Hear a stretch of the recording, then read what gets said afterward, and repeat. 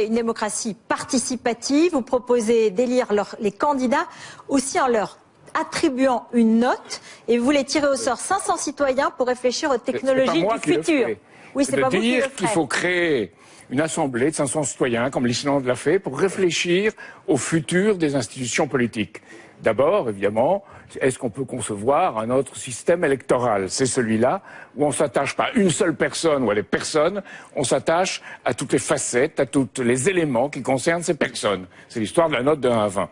Ensuite, c'est l'appropriation de la révolution numérique et informatique et informationnelle. Pourquoi? Parce qu'elle permettra de faire ce que vous dites, Monsieur Mélenchon, beaucoup plus vite, un contrôle des élus et organiser une révocabilité qui mettra les élus sous pression. Et alors, il y a des choses à faire de plus. C'est à respecter le Parlement.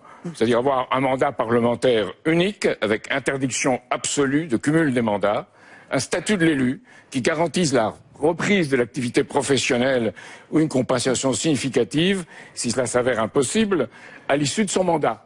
Sans cela, on n'aura à l'Assemblée que des gens qui ont fait de la politique leur métier, comme c'est le cas aujourd'hui. Et enfin, en même temps, le nombre de députés doit être réduit à 400 et un véritable statut des collaborateurs parlementaires doit être mis en place avec la garantie, évidemment, de la Cour des comptes et que l'inspection du travail puisse y mettre son nez. Donc là, on aura, oui, les bases d'une moralisation, à condition que le système électoral ne soit pas verrouillé.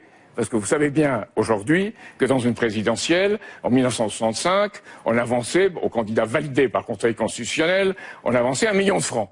Aujourd'hui, on leur avance 150 000 €, c'est-à-dire en pouvoir d'achat 12 fois moins. La traduction en pouvoir d'achat devait être 1 400 000 €. Donc, on favorise ceux qui ont déjà de l'argent contre ceux qui n'en ont pas. Merci. Ça, c'est le système actuel. Emmanuel Macron, vous voulez la réduction